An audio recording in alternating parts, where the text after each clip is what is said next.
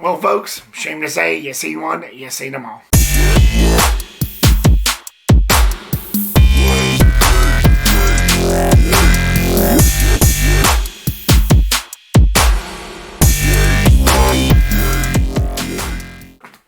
Hey, what's up, guys, and welcome back to the Ripster, where movies and entertainment are our reputation. So, Tales from the Darkside, the movie, was released in 1990. It was directed by Johansen. It's an anthology story of a young boy named Timmy who distracts a witch from eating him by telling him 3 horrific filled stories. Of course, as all you know, this is actually based on the TV show, which I believe came out in like the mid to late 80s, around there. It made 4 seasons. Now, I never really took the chance to watch it. I was always a Tales from the Crypt guy or a Creep Show guy. Plain and simple. In terms of TV shows, Tales from the Crypt. That's all I would ever watch. So I never really took the time to watch this particular series of Tales from the Darkside. So whenever I came across the movie, I figured, yeah, what the hell? I might as well start with that. And if I ever do come across the show again, like if it streams or something, I'll give it a whirl. Because this movie wasn't bad, but it wasn't perfect either.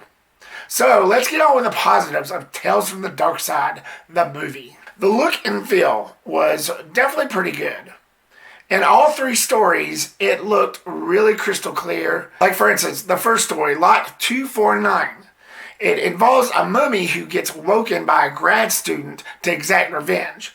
And the way they made that look, like with all mummy adaptations, it had like a very warm, earthy vibe, earthy feel to it. You see like orange here and yellow there. Like with all mummy adaptations, the feel of that atmosphere definitely fit it. But yeah, it had a very earthy yet warm vibe to it. And it was very nicely done. I definitely did feel the, fear and the claustrophobic nature of this story, which is actually one of my favorite stories. I might as well throw that out now. I liked this story. I always love when the dead rise, no matter if it's a mummy or a zombie. It's always a treat for me whenever I see something like that, which is why I've always been a fan of the Romero dead films and like those Tales from the Crypt episodes where it shows the zombies coming back. It's always a treat for me seeing stuff like that. It's the unknown, what makes it do that, and it's also the mystery of it all. And, in this case, it was this grad student that just so happened to have a scroll, and they muttered the words that made him come alive in exact revenge. It's always like that. The second story, called Cat from Hell, it involved this very rich, wheelchair-bound tycoon that hired this hitman to kill this cat, this evil cat. Supposedly, this evil cat has come back from hell to exact revenge on this old tycoon because of the drugs that he made. He's like a drug pharmaceutical company ahead of it. And it involved like a lot of dead cats, unfortunately. But this cat somehow gets brought back to life or comes from the depths of hell or something. It didn't really go into much detail and just taunts him. So he hires this hitman to try to take care of him. Of course, it's never going to be that easy. But the look and feel of this was really awesome. It had more of a claustrophobic sense to it. And there was like certain scenes where they would flash back. They had a blue texture. I thought that was really cool. The way the mansion looked, it looked like very Italian-ish, and it was very slick. So it was a perfect setting for a story like this. It was very dark-toned, and especially the score. In this particular story, the score really helped it a lot. The score really helped it get on track with what it was telling. But the look and feel of it was really good. It had a blue texture, sky vibe to it whenever the flashback scenes would happen. And then it would like translate from past to present. I like the way they did that. And it was really cool. Very, very, very stylistic. Why didn't you get rid of the cat then? I tried, Mr. Halston. I tried. And the third and final story, called Lover's Vow, deals with this gargoyle who comes to life and confronts this struggling artist who just so happens to have witnessed his friend being murdered by this thing, by this monster. It spares his life only in exchange for his word never to tell anybody what he saw. So that happens, and he meets a really nice girl played by Rae Dawn Chong, which is a pretty good actor. I've seen her in only one other movie, which was Commando, starring Arnold Schwarzenegger. But James Remar plays in this, and he did it really good. And the atmosphere, the look and feel of this film was pretty much the same. It was claustrophobic, and it was, very surrealism, unearthly. And, like Cat from Hell, it just had like certain scenes that was very slick, glossy. And I liked the way they made it look. It was pretty cool. And most of this story was set at night, so that really helped it. And as I already mentioned, James Remar and Rae Dawn Chong, the rest of the characters was done pretty well. You got the likes of Christian Slater, Steve Buscemi, Julianne Moore, and Michael Deke, who ironically played the mummy and the gargoyle in this film. And he did a really good job. Great performances. Speaking of the prosthetics, it was fantastic. The way they made the mummy look in the first story was just awesome. It was pure gold. I like the realism of it. I keep on saying that, but I like the realism of how they made that mummy look.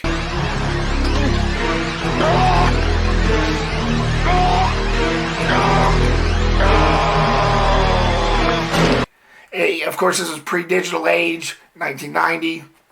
So, everything looked more real. And the effects was phenomenal.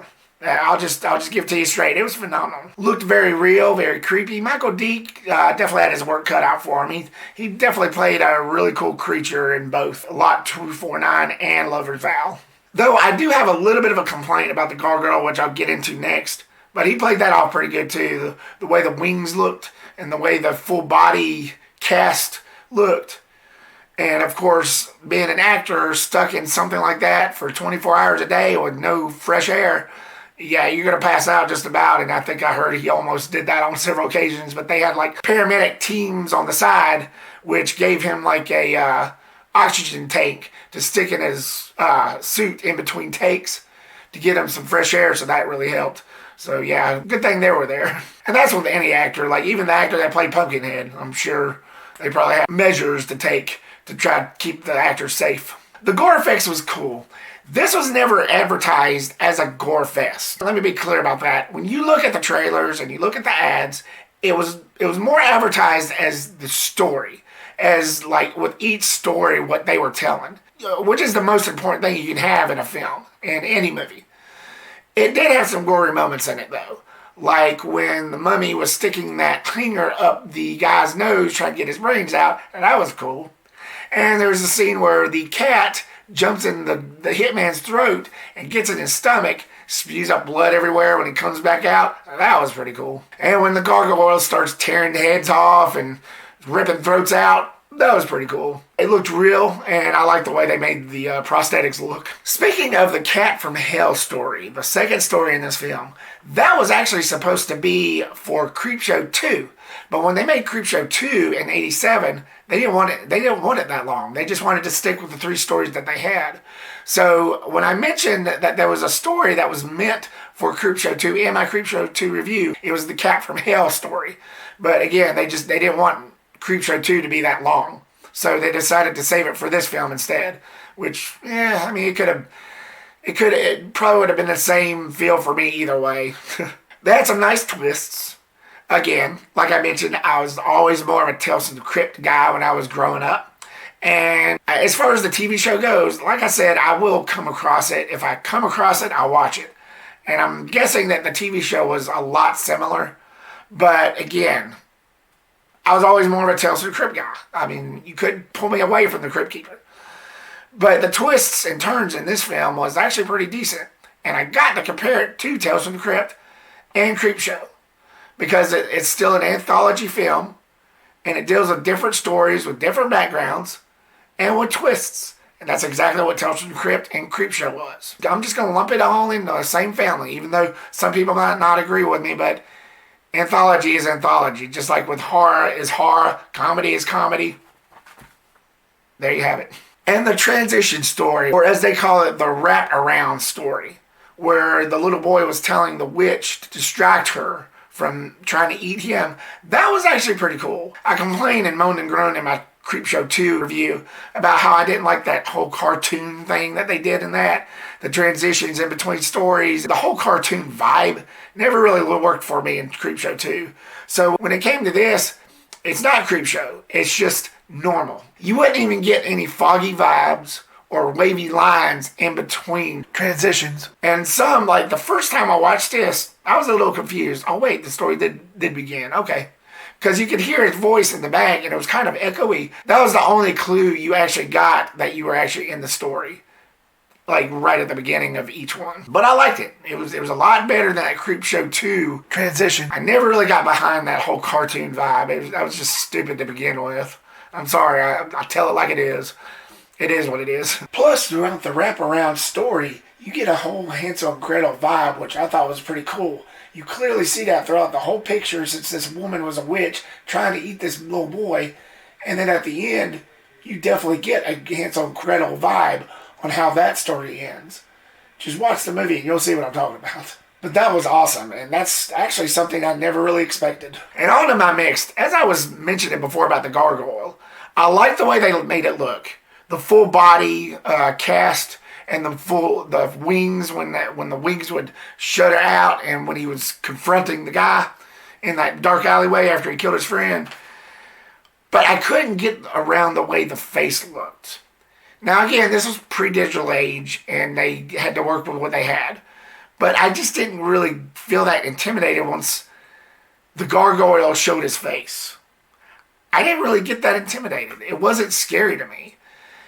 Because it looked like it was smiling the whole time. And when the lips would move, it would be like this.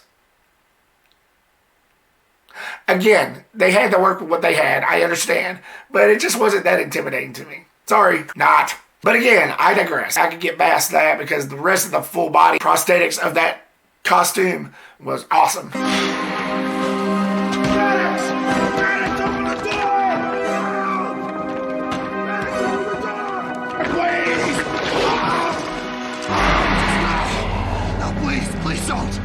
Your life in exchange for a promise. You got it. And here goes with the negatives.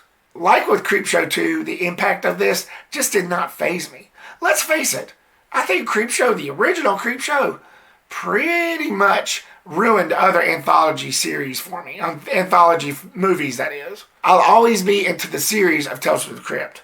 But as far as movies goes, which I think they're pretty much dead and buried anyway, the anthology films, you'll never see any of those come out anymore.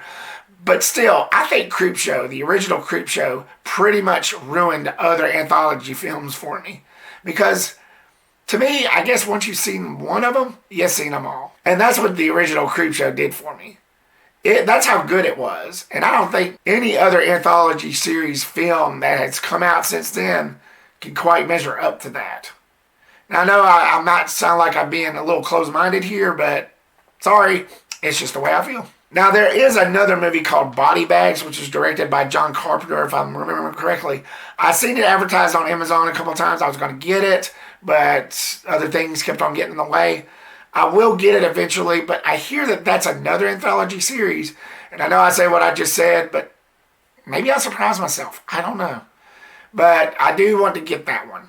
And it's called Body Bags, and it's from John Carpenter, which is probably the reason why I'm even bringing this up in the first place. Because you guys know how much I like how that guy directs and how much respect I have for John Carpenter. If you're a fan of anthology films, look no further. But as far as expectations goes, start heading for disappointment. Despite its somewhat good moments, it's an acquired taste.